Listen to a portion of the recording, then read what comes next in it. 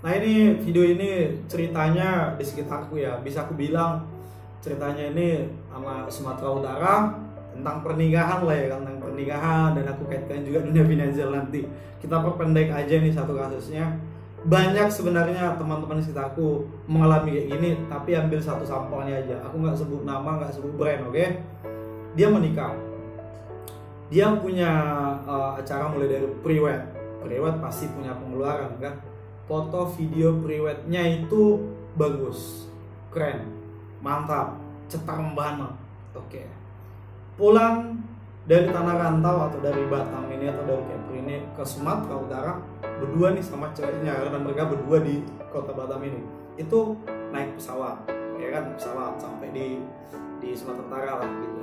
Naik pesawat sampailah kampungnya. Ini biasanya kalau di bulan 12 bulan 1, kalau nggak bulan 6 bulan 7 ketika anak libur sekolah, karena itu jangkauannya supaya audiens banyak datang untuk acara pesta kita kan. Di anak libur orang tuanya gampang lah bisa datang gitu. Di bulan 6 bulan 7, kalau nggak Desember Januari, Natal tahun baru. Oke, next. Balik kampung naik pesawat nih berdua. Nih calon pengantin naik pesawat. Sampai di sana pesta lah. Aku lihat dari medsos nih kan, aku teman di media sosial, salah satu dari pengantin ini, katakanlah dari si cowoknya gitu. Fotonya keren, ada tukang foto, tukang videografernya juga keren. Musik, full musik sesuai etnisnya masing-masing, sesuai adatnya masing-masing. Pakai baju adat, wah keren, mantap lah. Makanannya juga keren, ada yang untuk halal dan halal. Bajunya juga mantap, seragam keluarganya juga mantap, bagus-bagus semua. Foto-foto, kemesraan, kebahagiaan, sap semuanya. Oke, keren lah ya kan di media sosial. Kita netizen nggak tahu apakah memang itu duitnya itu dari mana. Kalau kita bahas secara finansial, kita belum tahu kan. Setelah itu si kawan ini balik ke Batam. Nah sebelum balik ke Batam itu aku teleponan lah sama si cowok ini misalnya gitu. Gimana, kapan balik gini-gini? Ternyata mau minjam uang untuk ongkos balik ke Batam. Naik kapal, bukan naik pesawat. Waktu dari Batam ke Sumatera Utara naik pesawat, agak wala ya kan, biar apa kali dilihat anak rantau itu ya kan. Nah naik pesawat. Nah baliknya ke Batam ini naik kapal laut dari Sumatera Utara ke sini Batu Ampar gitu. Nah ongkosnya ini diminta dari kita, ditelepon lah kawan-kawan, ditelepon nanti kebalikin atau bulan depan katanya gitu. Cerita setelah nyampe di Batam ini ajak ngobrol, interview dia gini-gini segala macam. Ternyata dia spending money untuk acara itu di angka 100 juta lebih gitu. Kemudian duit yang dia bawa dari tanah rantau pada saat itu gak nyampe 50 juta uang cash, di kisaran 20-30 gitu lah. Ini untuk si cowoknya, si pengantin cowok. Sisanya itu orang tuanya di kampung yang utang. Ya bilanglah kita nggak tahu utangnya dari mana, dari koperasi, dari perbankan, atau dari rentenir, ya sejenis itulah. Jadi kita jangan lihat mewah-mewahnya pesta ini. Cuman senang kan di post selama sebulan 2 bulan, foto video selama pernikahan itu nggak habis tuh. Setiap hari post, foto itu aja story dia di posting feednya, Instagramnya, Facebooknya, TikToknya segala macam tentang itu gitu kan. Ternyata aku tahu, oh ini the power of hutang gitu. Hutang di angka 100 juta lebih di kampung. Setelah menikah balik ke Batam, oke, buat resepsi di sebuah gedung di kota Batam. Gedung ini sudah di DP sebelum mereka balik ke kampung. Di DP lah 20%, 30%. Misalnya kalau gedungnya 1 juta, setelah 200-300 kayak tanda jadi gitu. Oke. Datanglah di bulan Januari buat resepsi, kan pengeluaran lagi. Konteksnya kan pengeluaran lagi kan?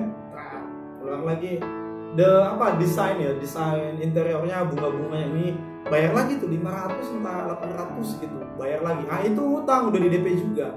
Sampai di bulan ketiga, bulan keempat, di April atau di Maret itu belum lunas. Itu sering pembayaran gedung itu. Sering kali gue lihat itu di Batam banyak kasus kayak gitu. Belum lunas. Mungkin di bulan keempat atau bulan kelima yang gedung sama desainnya ini kayak bunga-bunga gitu baru dilunasi di bulan 3, bulan 4. Memang mereka terlalu minus gitu ya kan. Oke, sampai di situ Kan mereka dulunya kan kos, masih gadis, masih lajang, kos-kosan lah gitu, beda-beda kos, kamar-kamar kos.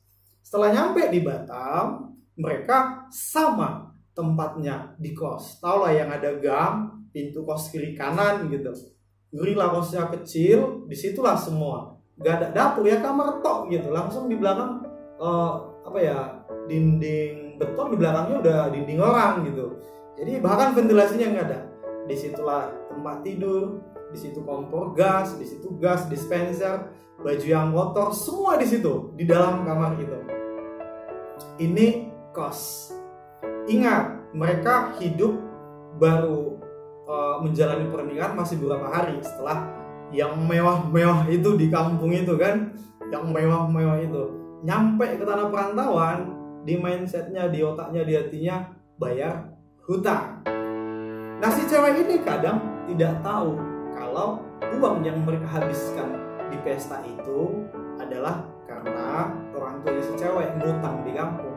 Ini dia tahu setelah pernikahan, setelah nyampe di tanah perantauan, baru nih pengantin si cowok cerita, uang waktu kita pesta habis 100 juta, 150 juta, itu uangnya kebanyakan dipinjam bapakku di kampung.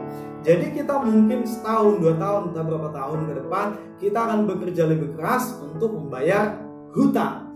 Tinggal di kos-kosan, hidup dalam hutang, uang sewa gedung sama desain untuk resepsi juga di Batam ini ngutang, semua serba hutang.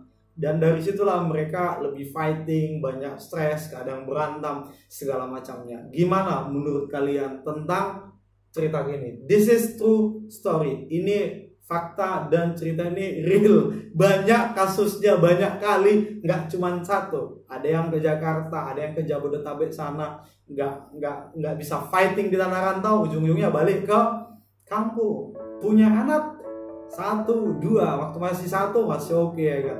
Masuk 2, anak kedua, toh suaminya PHK atau istrinya nggak kerja, cuman suaminya kerja di tanah perantauan di kota-kota besar, nggak cukup, kadang minus kan, kontrak rumah, makan, transportasi, susu anak, segala macam habis.